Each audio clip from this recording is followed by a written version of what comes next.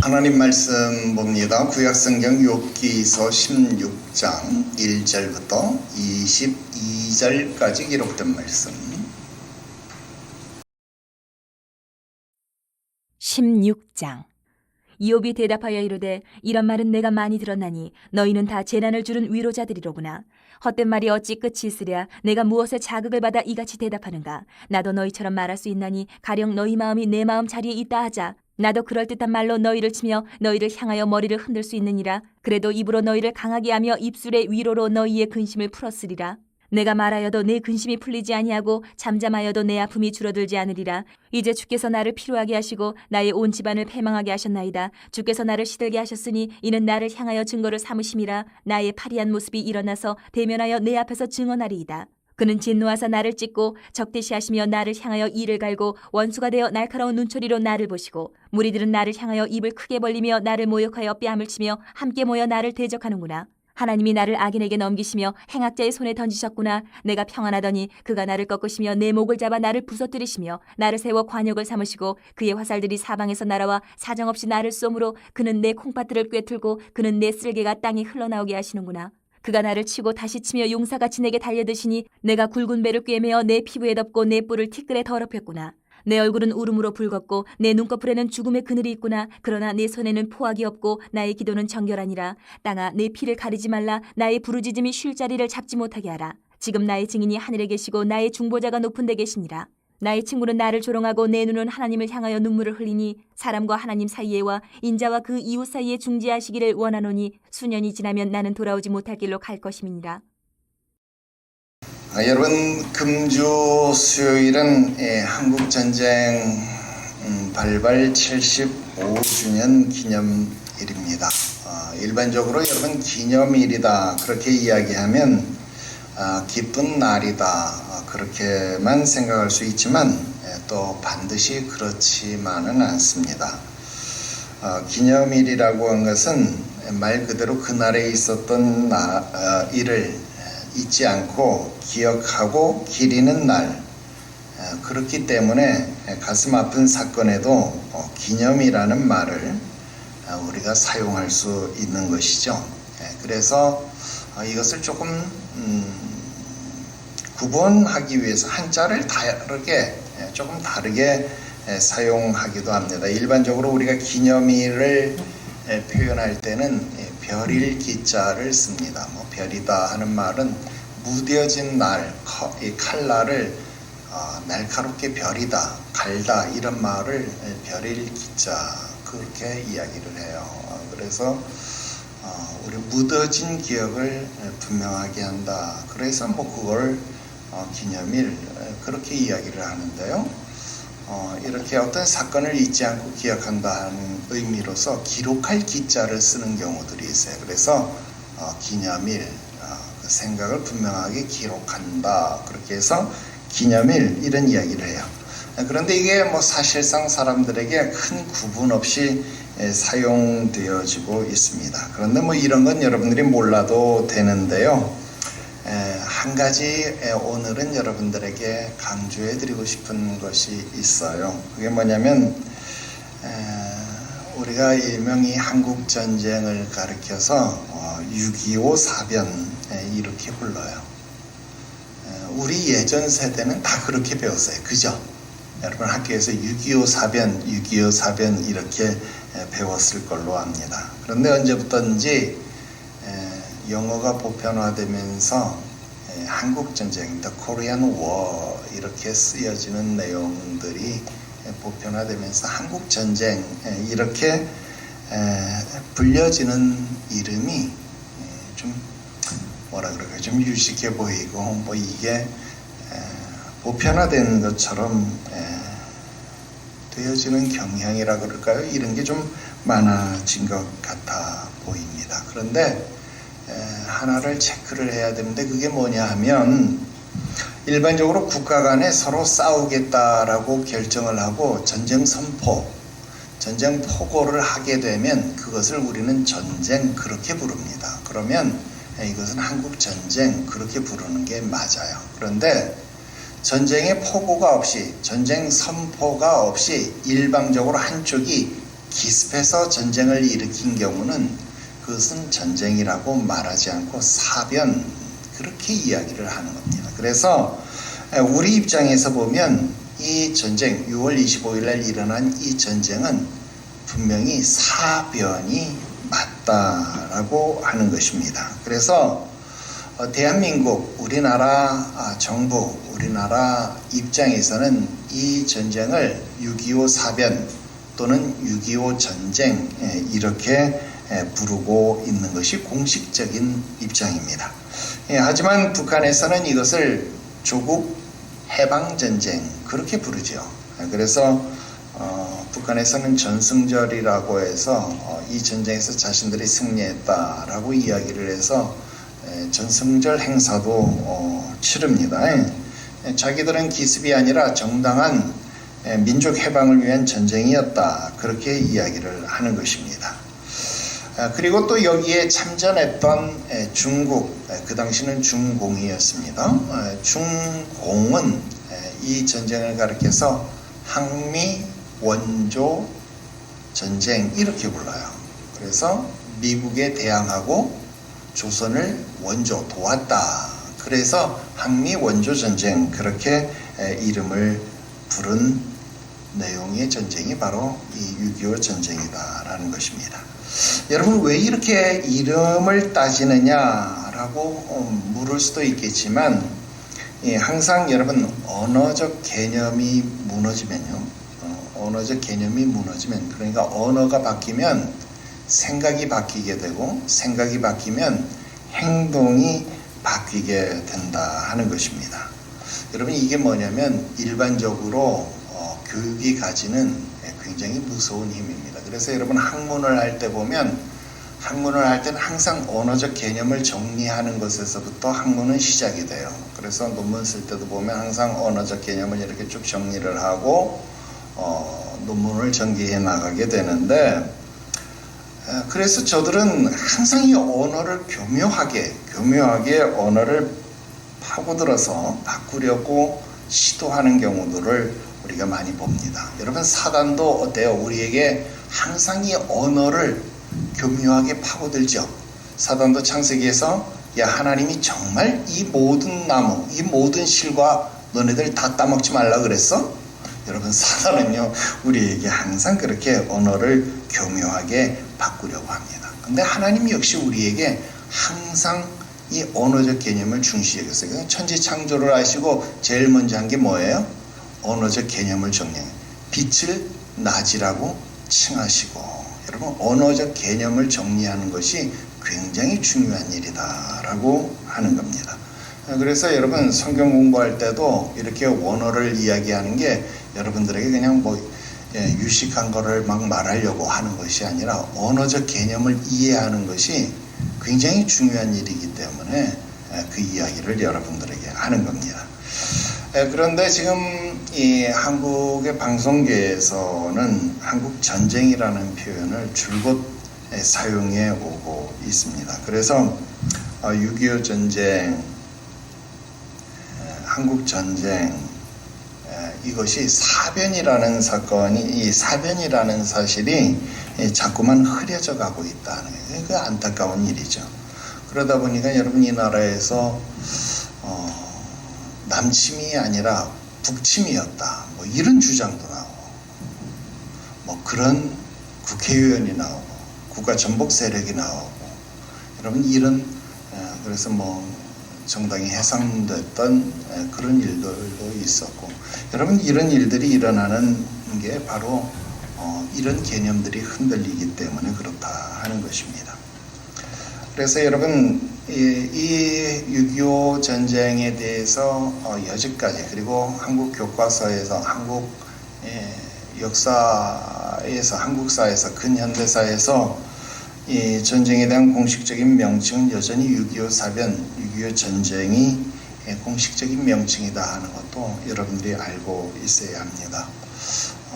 요 중요한 두 주장만 한번 여러분들에게 말씀을 드려볼게요. 성공회 대학교 김동춘 교수가 이런 말을 했어요. 6.25라는 명칭을 통해서 우리가 얻는 교훈은 북한의 적화 야욕을 경계하고 국가 안보를 튼튼히 하자는 결론밖에 나오지 않는다. 우리는 이제 이런 단세포적인 역사인식에서 벗어나야 된다. 이렇게 주장을 해요. 뭐가 단세포라고 하는지 모르겠어요. 나는 이분이 오히려 단세포라고 생각을 하는데 이런 주장. 그러니까 6.25라는 말, 이런 말 쓰지 말자. 이런 이야기를 하는 거예요. 반면 이 연세대학교 김명섭 교수 같은 경우는 한국전쟁이라는 용어를 쓰면 한국전쟁은 이 한국이라는 명칭은 우리나라에서만 쓰잖아요. 북한에서도 이제는 더 이상 남조선이라는 명칭 안 쓰고 한국이라는 명칭 써요. 대한민국이라는. 한국전쟁이라고 쓰면 남한전쟁, 한국이 일으킨 전쟁, 이런 것처럼 전쟁 발발의 주체가 모호해지거나 전도될 우려가 있다면서 오히려 6.25 전쟁이라고 부르는 것이 옳다. 이렇게 주장해요. 이런 이 진보의 주장, 보수의 주장이 팽팽하게 맞붙는다라는 것입니다. 그래서 이 대한민국 정부도 이런 학계의 논란을 이해하기 때문에 6.25 전쟁이라고 하는 명칭으로 지금까지 공식화하고 있습니다. 그런데 이런 논쟁이 정말로 황당한 일이 되는 게, 여러분 세계 어느 나라 전쟁을 보아도요. 여러분 예를 들면 가까운 이 중국 같은 경우도 보면 여러분 국민당과 공산당의 이 전쟁을 가리켜서 뭐라고 불러요? 국공내전 이렇게 불러요. 국민당과 공산당의 내전 이렇게 해서 국공내전 이렇게 부르죠. 그러면 우리 북한과 남한의 전쟁, 그렇게 해서 남북전쟁 이렇게 부르자라고 이야기한 적이 있어요. 근데 그러면 남북전쟁 그러면 세계 역사상으로 미국의 남북전쟁이 연상되기 때문에 남북전쟁은 학술용어로 적절치 못하다라고 이야기가 되기 때문에 이 남북전쟁이라는 말이 사용되어지지를 못하는 거예요. 그래서 그냥 학술용어로 그냥 한국전쟁, 코리안 워가 굳혀져 버린 이런 안타까운 현실이 되었다라는. 근데 여러분 우리가 이 날짜라는 기준도, 언제 발발했다는 그 날짜라는 기준도 어떤 사건을 규정하는 하나의 기준이 되어질 수 있다라는 것이죠. 전쟁의 주체를 표시 못할 때에는 날짜를 기준으로 하는 것도 굉장히 중요한 일이 되어질 수 있다는 겁니다. 그래서 6.25 전쟁이라고 부르는 것, 6.25 사변이라고 부르는 것도 어쩌면 지금 우리가 분단 국가의 현실에서는 굉장히 중요한 하나의 교훈이 될 수 있다라고 하는 것을 우리가 이런 시기에 여러분들이 하나 체크해 놓고 넘어가면 좋지 않겠는가, 그런 생각을 해보게 됩니다. 이런 것들을 이제 요즘 워낙 교육이 무너져서 아무도 가르치지 않고 또 배우려고도 안 하기 때문에 교회가 아니면 이런 거 가르쳐 주지도 않고, 또 그래서 제가 여러분들이 듣기 싫어도 이런 건 매번 절기 때마다 한 번씩 툭툭 여러분들에게 가르친다는 것 여러분 기억하시고, 6.25 전쟁, 한국전쟁이라고 부르지 말고 여러분 6.25 전쟁, 6.25 사변 그렇게 꼭 부르시고 나라와 민족을 위해서 기도해 주시기를 부탁드립니다. 물론 여러분들이 6.25 전쟁에 대해서 학술적으로 논문을 써야 된다면 The Korean War, 한국전쟁이라고 써야 할 것입니다. 참고적으로 아시면 되겠습니다. 자, 이제 계속해서 욥기서 말씀을 보겠습니다. 성령 강림절 그리고 교회 창립절로 인해서 두 주를 지나서 오늘 다시 욥기서 말씀으로 돌아왔습니다. 지난 시간에 2라운드를 시작한 욥과 새 친구들은요, 치열한 이 논리 전쟁을 벌이고 있습니다. 먼저 2라운드를 시작하고 있는 이 친구들이요, 엘리바스를 필두로 내세웠습니다. 자, 엘리바스가요 1차전에서는 보지 못한 전투력을 발휘하면서 욥을 압박하고 있습니다. 1차전에서는요 욥이 사용했던, 욥이 아주 강력하게 욥의 친구들에게 반발을 했거든요. 그런데 그 반발했던 욥의 말들을 다시 하나하나 가지고 와서 욥이 했던 말들을 그대로 욥에게 돌려주는 전술을 사용해서 욥을 압박하는 그런 방법으로 논리를 펴고 있습니다. 즉 너를 정죄하는 것은 너의 입술이다 라고 하는 전략을 펼쳤습니다. 여러분, 예전에 우리 정치사에 조적조라는 말이 유행한 적이 있습니다. 조국의 적은 조국이다. 조국이 한 말은 조국을 반박하는 데 사용된다, 뭐 이런 말이었는데 마치 그때 상황과 아주 흡사했습니다. 욥이 한 말은 욥을 정죄하는 도구가 된다, 바로 그런 말이 되는 것입니다. 그래서 욥이 했던 말을 그대로 욥에게 돌려주면 너 이런 말 했지? 바로 그 말이야. 그러니까 너가 죄인이라는 거야. 바로 이런 논리로 욥을 따박따박 공격하는데 욥이 할 말을 잃게 만들어 버린다라는 것입니다. 자, 이것이 지난 15장까지 엘리바스가 이야기했던 내용입니다. 자, 여기에 대항하는 욥은 어떤 논리로 무장하고 있을까요? 자, 욥의 목소리를 들어보아야 하는데 욥의 목소리는요 16장 그리고 17장 두 장에 걸쳐서 펼쳐지고 있습니다. 그런데 우리가 한 장만 공부해야 되기 때문에 오늘 결론을 맺을 수는 없습니다. 그러나 16장에 기록되어진 욥의 목소리를 오늘 세 가지로 여러분들에게 전달해 드리도록 하겠습니다. 첫 번째, 너희는 번뇌케 하는 안위자, 그렇게 이야기를 하고 있습니다. 자, 2절 말씀해 보니까 너희는 다 재난을 주는 위로자로구나, 그렇게 욥이 그들의 친구들을 규정하고 있습니다. 여러분, 이 개역 개정 성경이요 나름 더 쉽게 분명하게 설명한다고 개정해서 번역을 한 것인데, 재난을 주는 위로자, 이러니까 좀 뭐라 그럴까요? 더 쉽게 다가오지 못하더라는 거예요. 그래서 예전 번역이 훨씬 분명하게 이해가 돼요. 너희는 번뇌케 하는 안위자구나. 너희가 나를 위로하러 왔는데 나는 너희 때문에 더 번뇌가 든다, 더 머리가 복잡하다, 이런 말이 되는 거잖아요. 그래서 내가 예전 번역 성경 그대로 본문을 가져왔어요. 너희는 번뇌케 하는 안위자로구나, 이렇게 친구들을 규정하고 있습니다. 자, 너희는 안위를 주기 위해서, 나를 위로해 주기 위해서 왔는데 오히려 너희는 나에게 재난을 주고 있다, 나에게 고통을 주고 있다, 그렇게 이야기를 합니다. 여러분, 여기 재난이라고 번역된 히브리어는요 아말이라고 하는 말입니다. 여러분, 이 말은 재난, 고통, 고난, 이런 뜻이에요. 그러니까 여기 재난을 주는 위로자, 이 번역이 맞는 번역 같기는 해요. 그런데 이 재난, 고통, 고난, 이런 말의 뜻이 담겨져 있기는 한데 그런 부정적 의미가 담긴 불쾌함, 여기까지 들어가야 더 올바른 번역이 됩니다. 그러니까 재난의 상황 속에서 받는 스트레스, 또는 이 고난의 상황 속에서 받는 스트레스, 고통의 상황 속에서 받는 스트레스, 그러니까 예전 번역은 그것을 번뇌함, 그렇게 번역을 했잖아요. 그러니까 한자 말이 들어가서 어려운 것 같지만 오히려 번뇌함이라는 번역이 더 정확한 번역이었음을 우리는 알 수 있습니다. 재난의 상황 속에서 겪는 스트레스, 그게 번뇌잖아요. 머리가 복잡해졌다, 그 말 아닙니까? 그런 불쾌의 요소를 포함하는 단어가 바로 이 아말, 그런 단어입니다.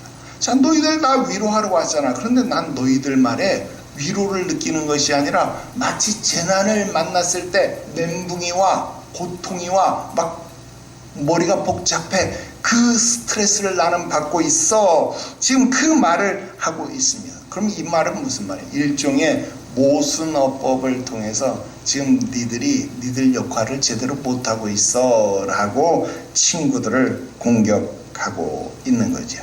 자, 왜 이들이 위로를 줄 수 없는 그런 위로자가 된 것일까요?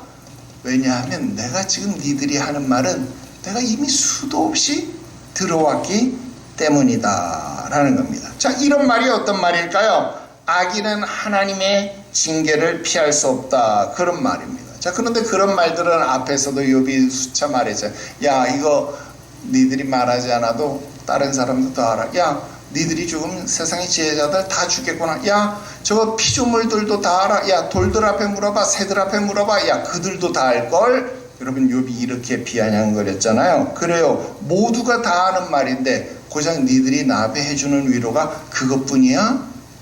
여러분, 지금 그렇게 말하는 거 아닙니까? 3절, 헛된 말이 어찌 끝이 있겠느냐. 야, 너희들 계속 그런 식으로 말한다면 결국 너희들 때문에 나는 계속 스트레스를 받겠구나. 재난을 주는 위로자, 번뇌케 하는 안위자가 너희들은 될 수밖에 없을 것이다. 야, 도대체 너들 뭐 때문에 나 앞에 이런 스트레스를 주는 거야? 도대체 무엇에 자극을 받아서 이런 헛된 말을 하는 것이냐? 지금 욥이 그렇게 묻고 있습니다. 4절, 과거에 엘리바스가요, 자신이 욥의 처지에 있다면 어떻게 할 것인지를 말한 바가 있었어요. 여러분 기억 안 나실지 모르지만 아주 유명한 구절이 있었습니다. 5장 8절에요. 엘리바스가 욥 앞에 이렇게 말했어요. 야, 만약 내가 너라면 나라면 하나님을 찾겠고 내 일을 하나님 앞에 의탁하리라. 기억납니까? 나라면 하나님을 찾겠고 나라면 하나님께 의탁하리라. 그렇게 엘리바스가요 욥 앞에 이야기를 했습니다. 자, 그런 말 누구나 할 수 있잖아요. 야, 기도해봐. 야, 금식해봐. 야, 하나님 앞에 좀 충성해봐. 이런 말 누구나 할 수 있는 말 아닙니까? 자, 그런데 욥도 입장이 바뀌었다면 욥도 그런 말을 얼마든지 할 수 있다라는 것입니다. 특히 여기 너희를 향하여 머리를 흔들 수 있다. 여러분, 이 말 무슨 말이냐 합니까?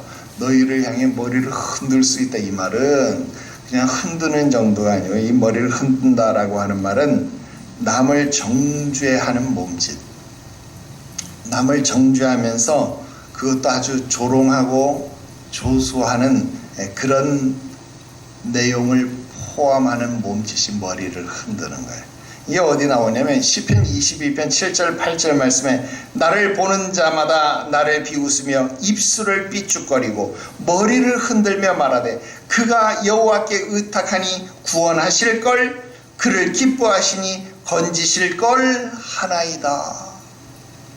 여러분, 이거 무슨 말입니까? 마치 예수님이 십자가에 못 박혔을 때 엘리 엘리 라마 사박다니 이렇게 하니까 야, 저가 엘리야를 부른다. 야, 가만 놔둬봐라. 엘리야가 와서 그를 구원하나 보자. 이게 무슨 말입니까? 지금 예수님을 조롱하고 멸시하고 놀리고 있지 않습니까? 바로 이 모습입니다. 이렇게 머리를 흔든다라고 하는 모습은 조롱하는 모습이에요. 조소하고 멸시하는 그런 모습을 말하는 겁니다. 5절, 그래도 나는 최소한 입으로는, 무슨 말입니까? 그래도 나는 말로라도 너희의 근심을 풀어주었을 것이다.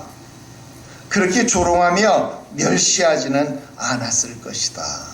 번뇌케 하는 안위자가 되지는 않았을 것이다.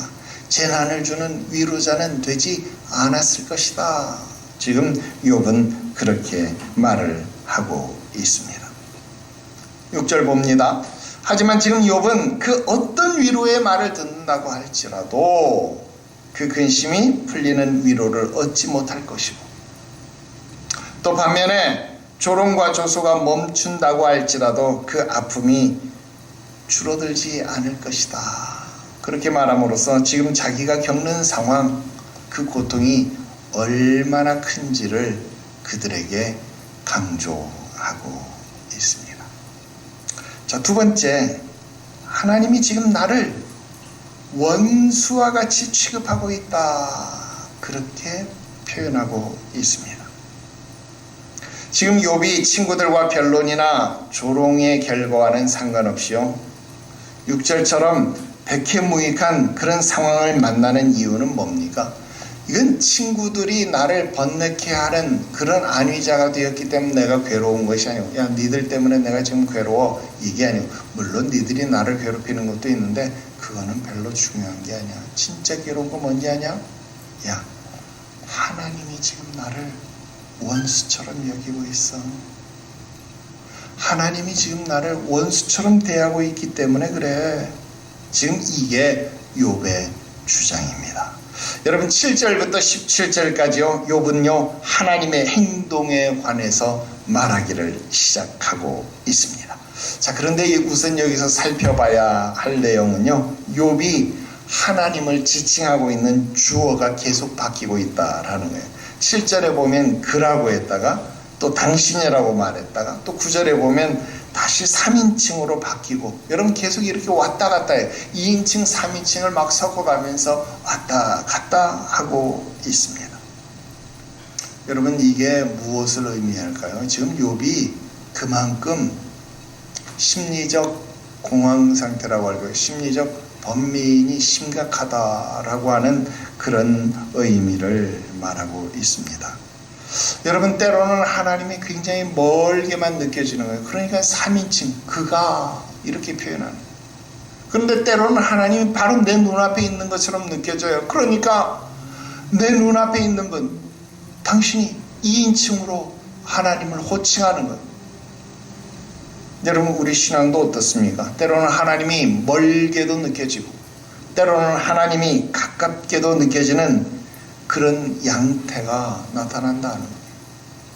그러나 중요한 건 무엇입니까? 지금 7절부터 17절까지 쭉 내용을 보면요, 욥은 그 모든 진술이 일관되게 누구를 향하고 있냐면 하나님을 향하고 있다라고 하는 것입니다. 나는 이런 모든 일련의 과정들이 참 매력적이다, 그런 표현을 쓰고 싶어요. 조금 이따가 뒷부분에서 설명을 하겠지만요, 이게 결혼 생활과 같다, 그런 생각을 해보게 돼요. 항상 욥이 가정을 향하고 있다는 거예요.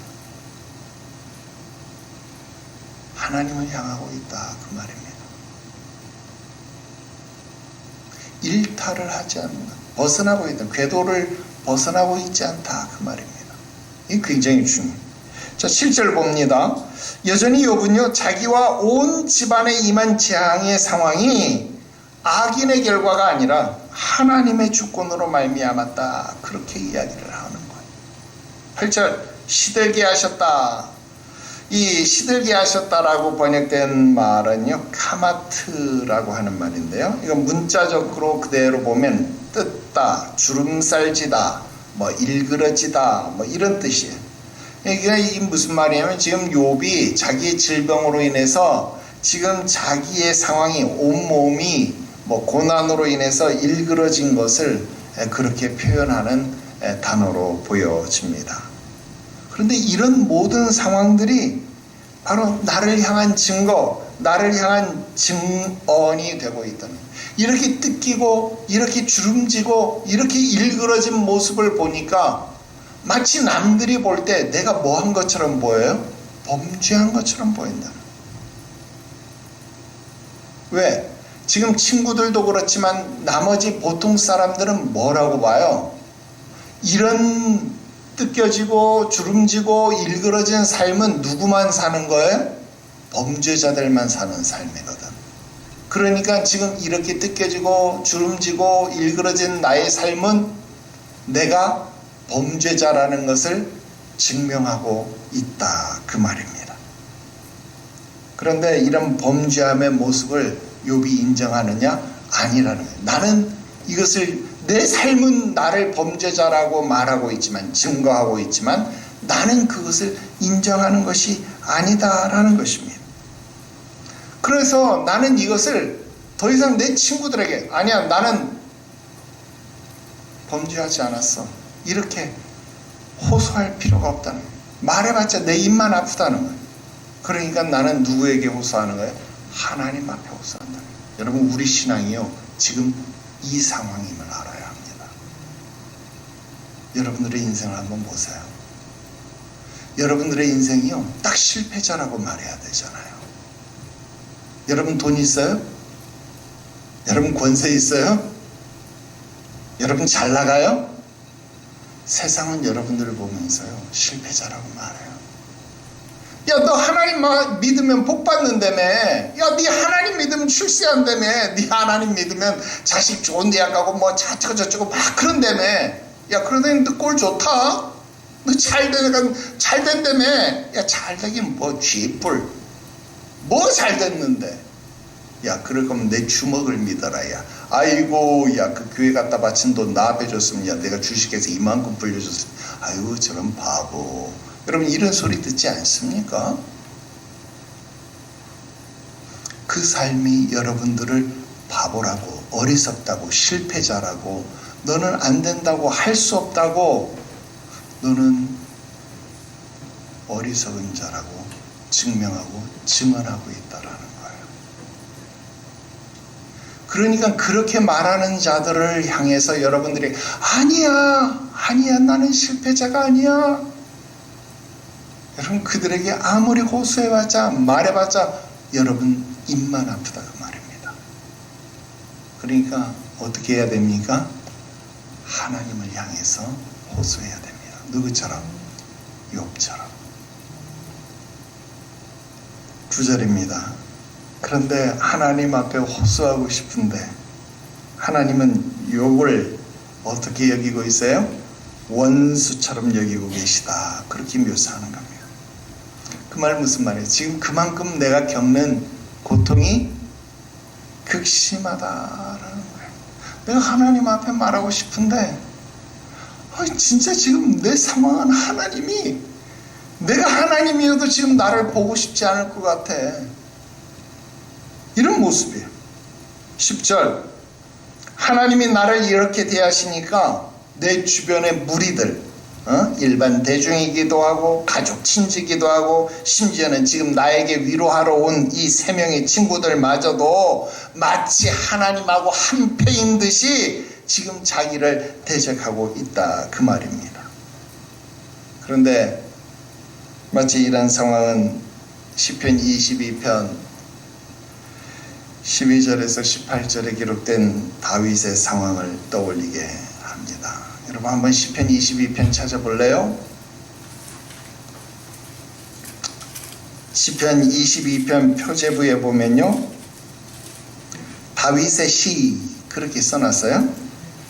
그리고 인도자를 따라 아엘렛 샤할에 맞춘 노래 그렇게 돼 있죠. 그리고 아엘렛 샤할, 그리고 거기 각주 표시되어 있고 그 밑에 각주를 쭉 따라가 보면 사슴이란 곡조에 이렇게 돼 있잖아요. 자, 그러면 다윗의 시 인도자를 따라 사슴이란 곡조에 맞춘 노래, 이런 말이 되겠죠. 그래서 오늘 우리가 사슴의 노래도 불러봤습니다만은 이 야알렛이라는 말은 사슴이라는 말이 되어 있고요, 샤할이라는 말은 새벽 뭐 그런 뜻을 가지고 있습니다. 그래서 뭐 새벽에 사슴 뭐 이런 뜻이 되겠는데, 아무튼 12절에서 18절 우리 한번 같이 읽어봐요. 시작. 많은 황소가 나를 애워싸며 바산의 힘센 소들이 나를 둘러쌌으며 내게 그 입을 벌림이 찢으며 부르짖는 사자 같으니이다. 나는 물같이 쏟아졌으며 내 모든 뼈는 어그러졌으며 내 마음은 밀랍 같아서 내 속에서 녹았으며 내 힘이 말라 질그릇 조각 같고 내 혀가 입천장에 붙었나이다. 주께서 또 나를 죽음의 진토 속에 두셨나이다. 개들이 나를 애워쌌으며 악한 무리가 나를 둘러 내 수족을 찔렀나이다. 내가 내 모든 뼈를 셀 수 있나이다. 그들이 나를 주목하여 보고 내 겉옷을 나누며 속옷을 제비 뽑나이다. 아멘. 자, 지금 다윗이 처한 상황입니다. 다윗이 성령 충만한 가운데 그리스도의 순환을 지금 고난을 통해서, 자신의 고난을 통해서 모형으로 드러내고 있는 시가 바로 이 시입니다. 그런데 욥이 또 지금 비슷한 상황을 연상하게 하고 있다는 말입니다. 그래서 욥기가요 구약의 복음서와도 같다 그 말입니다. 여러분, 욥은 지금 자신의 죄로 인한 고난을 당하고 있는 게 아닙니다. 여러분, 그리스도도 자신의 죄로 인한 고난을 당하고 있는 것이 아닙니다. 여러분, 이런 모습을 함께 연상하면서 오늘 구절들을 묵상하면요, 마치 욥의 목소리 속에서 그리스도의 순한 당함이 보인다라는 겁니다. 사람들이 하는 말이 너희 하나님이 어디 있느냐? 야, 네가 믿는 하나님이 도대체 어디 있는 거야? 내가 밤낮으로 눈물을 흘리며 내가 고민을 하고 있습니다.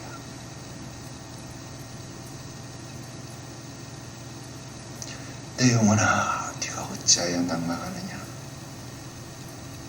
내 얼굴을 도우시는 내 하나님을 바라보라. 그렇습니다. 사람을 보지 말고 환경을 보지 말고 그들에게 입 아프게 나는 실패자가 아니라고, 나는 범죄함으로 고난을 당하는 것이 아니라고 변명하려고 하지 말고, 더 이상 그들과 논쟁하려 하지 말고 하나님을 바라볼 수 있기를 축원합니다. 아멘. 예수님이 십자가에서 하나님이여 하나님이여 어찌하여 나를 버리시나이까, 그리고 아버지여 내 영혼을 아버지께 의탁합니다. 오늘 여러분도 하나님만 바라보고 하나님께 여러분 자신을 맡길 수 있기를 주 예수의 이름으로 축원합니다. 11절 봅시다.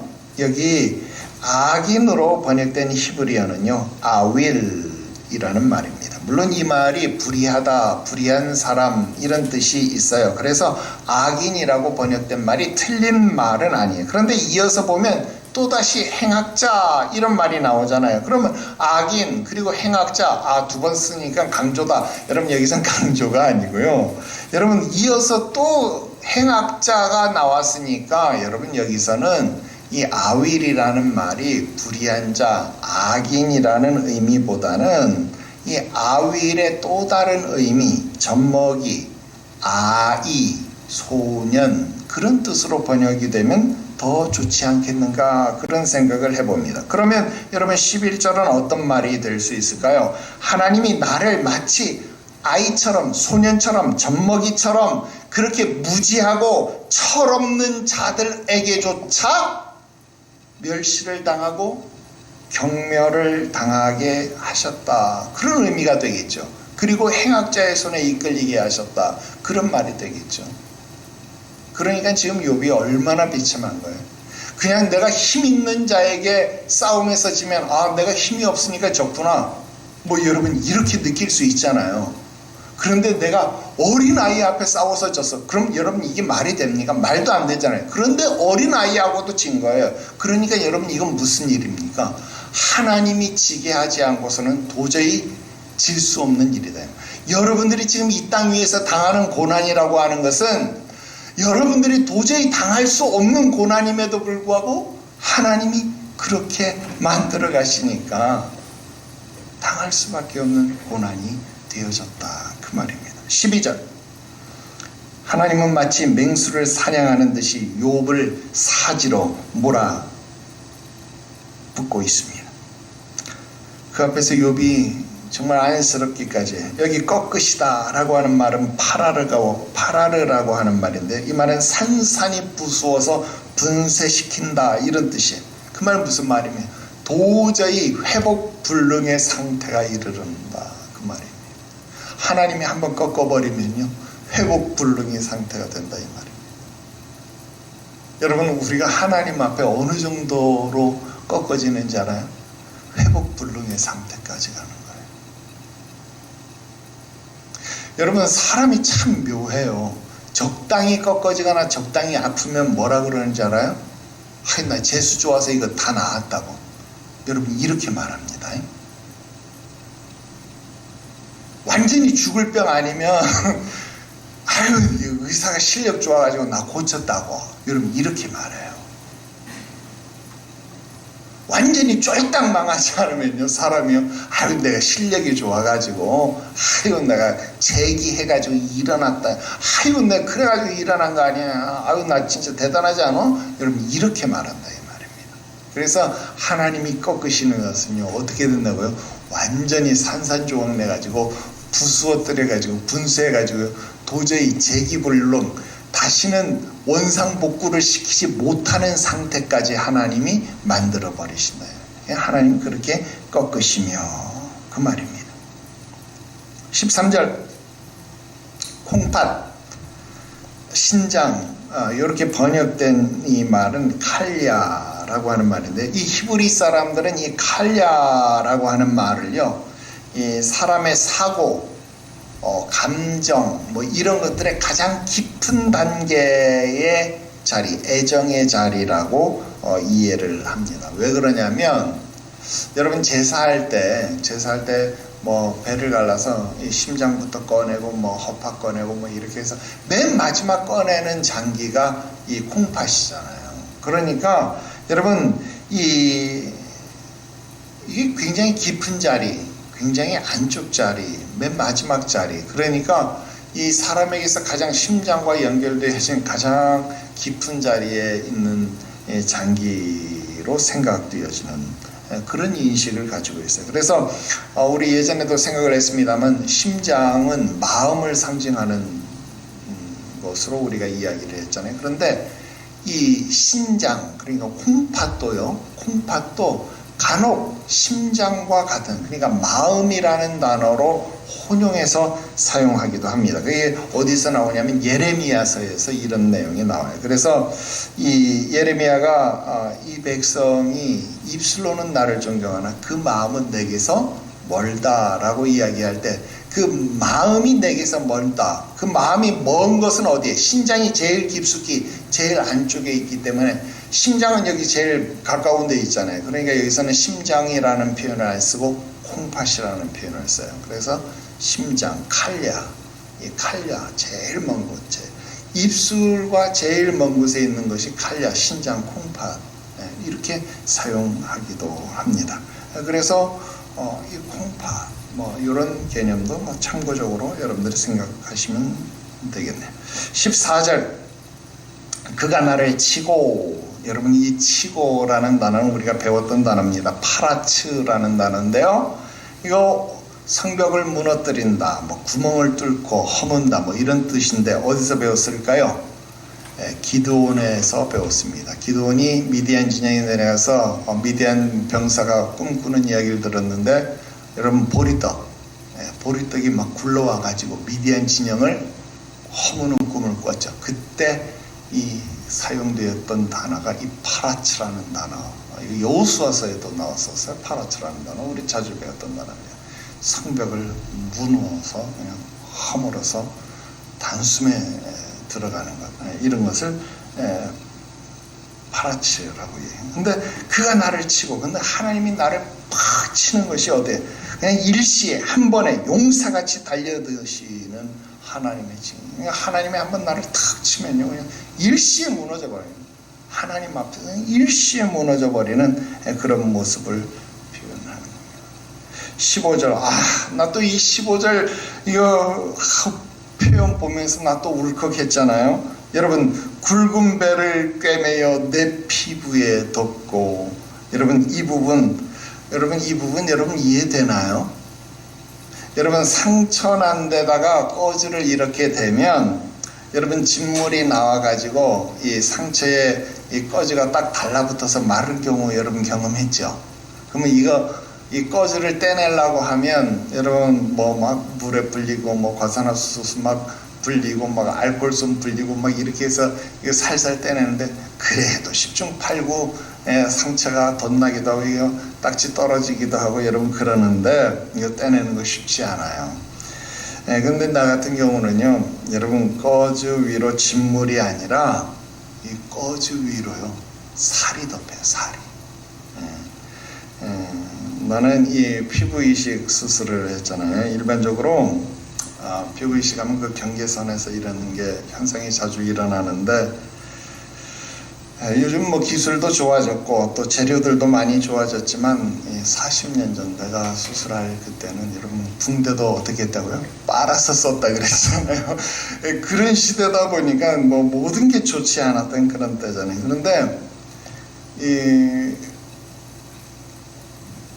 화상 범위가 워낙 넓었고 뭐 피부 이식 수술하고 그 위에다 이제 꺼즈 덮고 약 바르고 꺼즈 덮고 뭐 그래서 압박군데 막 이렇게 감고 이렇게 했는데도 불구하고 여러분 어린 피부인데 나는 뭐 이제 피부 재생력이 워낙 좋으니까 어린 살이니까 막 살이요 이 꺼즈 위로 올라와서 살을 덮어버려요. 꺼즈 위로. 그럼 어떻게 해야 되는지 알아요? 이 가위 집게 있죠. 집게 모양으로 된 가위 그걸로 이거 한 올 한 올 이 가로줄 세로줄 홀실 날실된 이거 다 빼내야 돼요. 그 얼마나 아픈지 모르죠.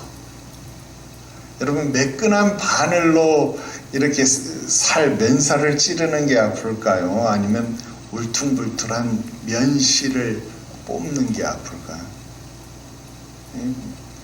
뭐 찌르나 빼나 여러분 이게 물리학적으로 보면 방향만 다르지 운동 에너지는 똑같아요. 이거 되게 아파. 하여튼 눈물 쏙 빠지면 막 비명구지. 되게 아파. 근데 난 지금 이 구절 보면서 이 표현 보면서요. 막 그때 생각도 나고. 지금 난 그래서 이 욥의 고통 나는 일부분 이해를 해요.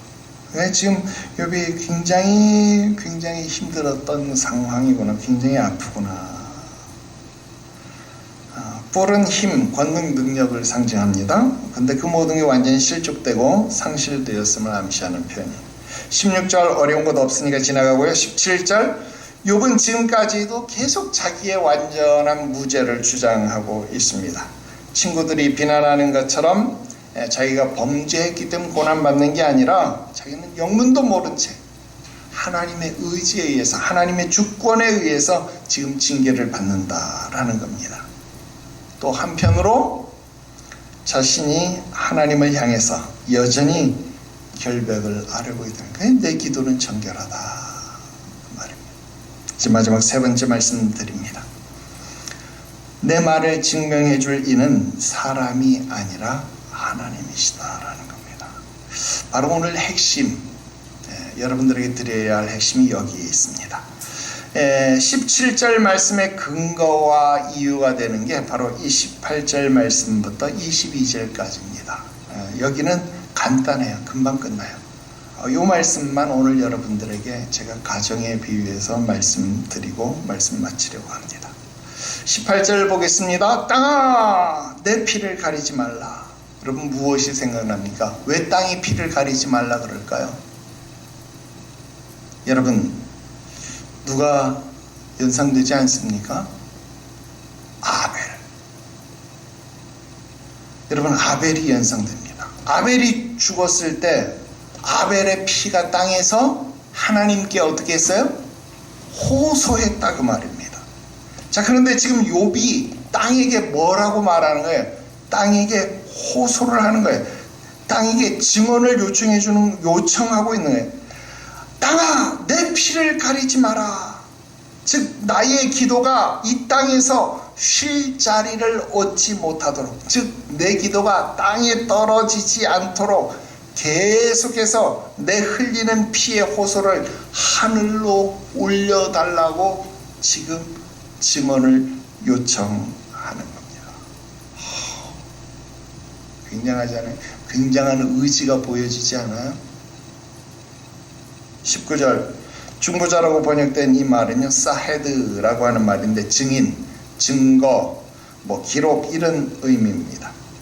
여러분 욥이요 하늘에 자신의 무죄를 입증할 증인, 변호자, 증언자가 있다 그렇게 확신하고 있습니다. 그 증인, 그 증언자가 누굽니까? 바로 하나님이에요. 자, 지금 이거 굉장히 중요한 말씀. 이 말씀만 오늘 이해하면요 16장을 다 이해한 거예요. 여러분, 지금 나를 공격하는 사람, 나를 아주 맹수를 사냥하듯 나 앞에 화살을 막 쏘아서 콩팥 쓸개 다 땅에 쏟아지게 만드는 분 누구예요? 하나님이시죠.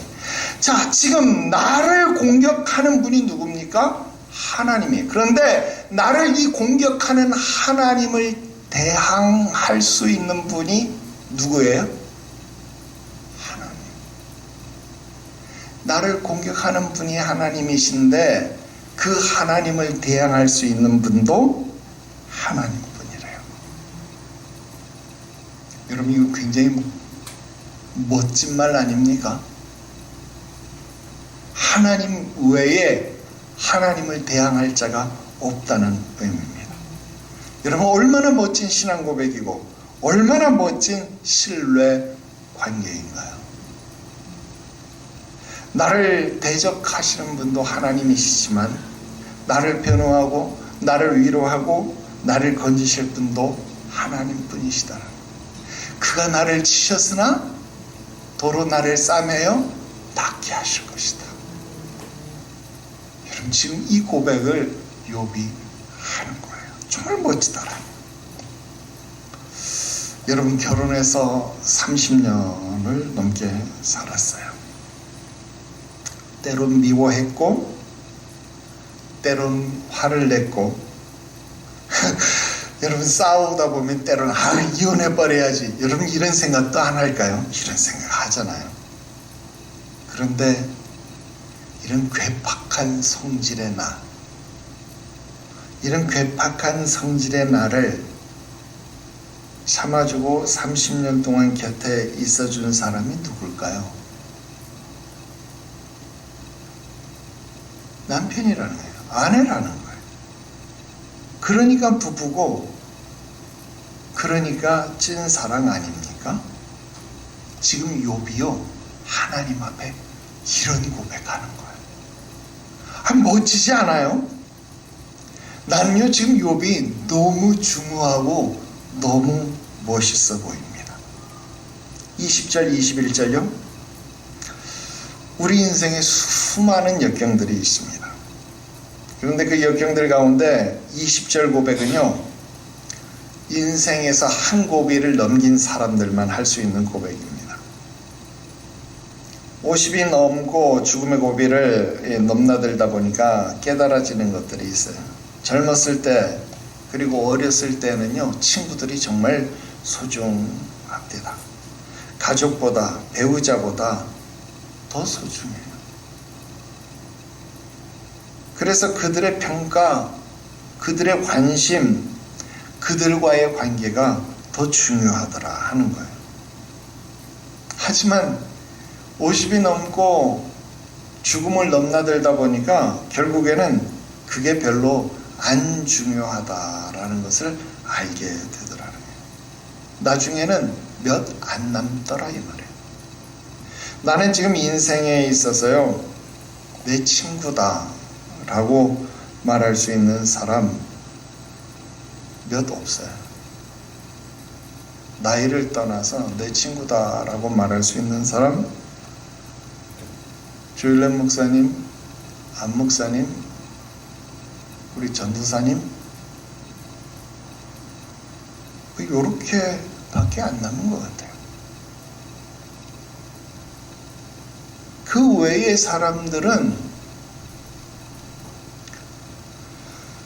전부 나를 조롱하는 사람들이고,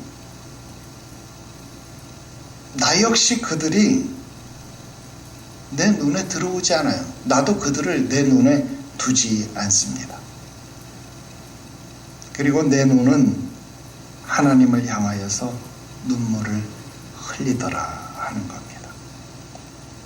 또 사람과 하나님 사이에, 인자와 그 이웃 사이에 중재하시기만을 원한다라는 겁니다.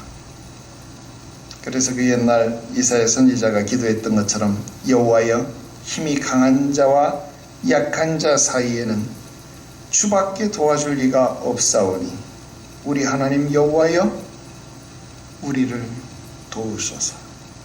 우리가 주를 의지하오며 주의 이름을 의탁하옵고 이 많은 무리를 치러 왔나이다. 여호와여, 주는 우리 하나님이시온데 원하건대 사람이 주를 이기지 못하게 하옵소서. 이렇게 기도할 것밖에 없더라 하는 겁니다. 23절요. 23절은 욥이 아직 뭘 모르는 거죠. 아직 50밖에 안 살았으니까 나 입장에서 보면 50밖에 안 살았으니까 60 살아보고 70 살아보면 또 달라지겠지만 나 인생에서 보면 아직 50밖에 안 살았으니까 이런 고백 나오는 거예요. 욥은 지금 몇 살인지 난 몰라요. 근데 욥은 지금 아마 나보다는 더 먹었겠지만 이런 고백하는 거예요. 욥은 아마도 이 세상에서 공정한 판결 받기가 틀렸다 그렇게 생각하는지도 모르겠어요. 그래서 죽어서야 아마 이런 판결을 받을 수 있을 것이다 라고 생각할지도 모르는 것 같아요. 하지만 오늘도 소망하는 겁니다. 하나님만이 나의 증인이시고 하나님만이 나의 변호하시는 변호사라는 겁니다. 오늘 이 마음이 여러분들에게 있게 되기를 주 예수의 이름으로 축원합니다. 오늘 16장 목소리 여기까지 듣고 다음 주에 종합적인 결론을 내드리도록 하겠습니다. 기도합시다. 거룩하신 하나님 아버지, 하늘 위에 주님 밖에 우리의 사모할 자가 없습니다. 이 땅 위에 그 무엇도 그 누구도 나의 편이 되어줄 수 없습니다. 하나님으로 인하여 때로는 힘들기도 하고 어렵기도 하고 곤고하기도 합니다. 내 육신이 살아있기에 하나님의 거룩함에 맞추기 위하여 나를 연단하심으로 그 연단하심의 과정 속에 여전히 고통스럽고 여전히 곤고하며 괴로움을 하나님 앞에 고백할 수밖에 없지만 그러함에도 하나님 이외에 나를 구원할 자가 없음도 또한 하나님 앞에 아뢰오니 주여 나의 내민 손을 붙잡아 주옵소서. 우리의 부르짖는 기도를 외면하지 말아 주옵소서. 말씀에 기록한 것처럼 주께 피하는 자 수치를 당하지 않는다 하셨사오니 오늘도 주의 날개 그늘 아래 피하러 나온 자를 거두어 주옵시고 주의 품 안에 안으시옵소서. 거룩하신 구주 예수님의 이름으로 기도드리옵나이다. 아멘.